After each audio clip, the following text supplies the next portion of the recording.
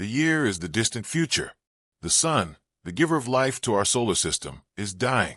Astronomers and scientists around the world detect abnormal activity in its core. Nuclear fusion is accelerating, and it will expand into a red giant much sooner than expected. In less than a century, it will swallow Mercury, Venus, and ultimately Earth itself. Humanity, standing on the brink of extinction, faces its greatest crisis in history. To survive, all nations unite under a single banner, the United Earth Government UEG.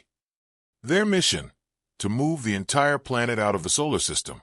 This daring plan is called the Moving Mountain Project, building 10,000 gigantic Earth engines across the planet. These engines would push the Earth out of orbit and send it wandering through space toward a new star system. But not everyone agrees.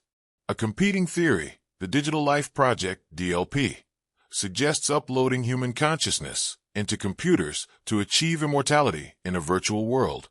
The UEG, fearing the moral and existential risks of abandoning the physical world, bans this research. Yet supporters of DLP go underground, forming a secret movement that believes digital evolution, not physical survival, is humanity's true destiny. The film begins in 2044 as the world prepares to launch the first space elevator, a technological marvel connecting Earth's surface to orbit. This elevator is key to transporting materials for the lunar and engine projects. But just as the program gains momentum, disaster strikes. A terrorist group aligned with DLP launches a massive attack on the space elevator in Libreville, Gabon. The explosion kills hundreds, halts the project, and shakes global confidence. Protests erupt worldwide. Many nations withdraw from the project. Only China remains committed to completing the Earth engines and saving humanity. Among the many people working on this project, we meet our key characters. Liu Peiqiang, a young trainee astronaut who dreams of joining the Navigator International Space Station, ISS. Han Duo, a medical specialist and later Liu's wife. Tu Hengyu, a brilliant computer scientist obsessed with restoring his dead daughter's consciousness digitally. Peiqiang's journey is deeply personal. His wife Duo develops cancer due to increased solar radiation, and his decision to work in space strains their relationship. He believes that serving the Earth project is the only way to secure a future for his family, but it comes at the cost of being away from them for years. Thus, the film begins not only with the world facing cosmic destruction, but also with individuals wrestling with love, sacrifice, and survival. Humanity prepares for an impossible journey, to move the planet itself. The middle act. As years pass, the Moving Mountain Project progresses slowly. Scientists and engineers work tirelessly, building the first prototype Earth engines. At the same time, the Lunar Exile Project is initiated, to push the Moon away from Earth's orbit, so that it doesn't collide when Earth begins to move. Tu Hengyu continues his forbidden research. His daughter Yaya had died in a car crash years ago, but before that, he recorded 2 minutes of her consciousness. Using a prototype quantum computer called 550A, Tu replays those 2 minutes again and again, unable to let go. He proposes to enhance the program using the more advanced 550C quantum core, but his supervisor Ma Zhao warns him. The Digital Life Project is illegal and dangerous. Meanwhile, political tensions and global chaos increase. After the terrorist attack, the UEG grows more authoritarian. Space elevators are rebuilt under heavy military protection, and orbital transport resumes. It is now the 2050s, and Peiqiang finally earns his place on the Navigator ISS, humanity's primary orbital base that coordinates the Earth engines.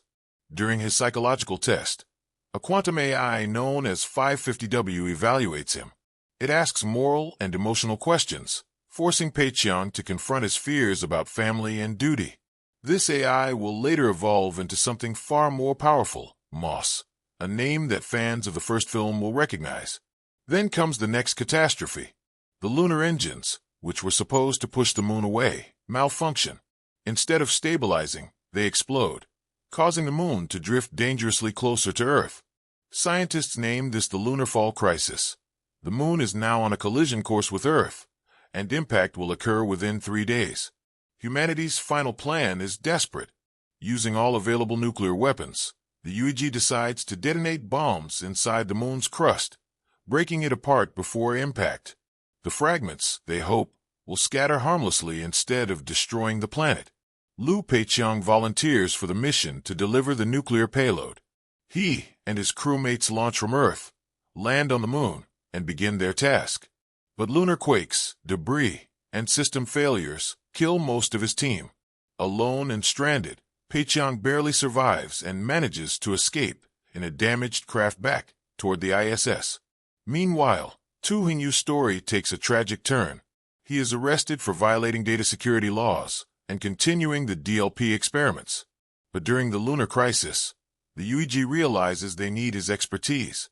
The AI network that controls the Earth engines has gone offline due to electromagnetic interference.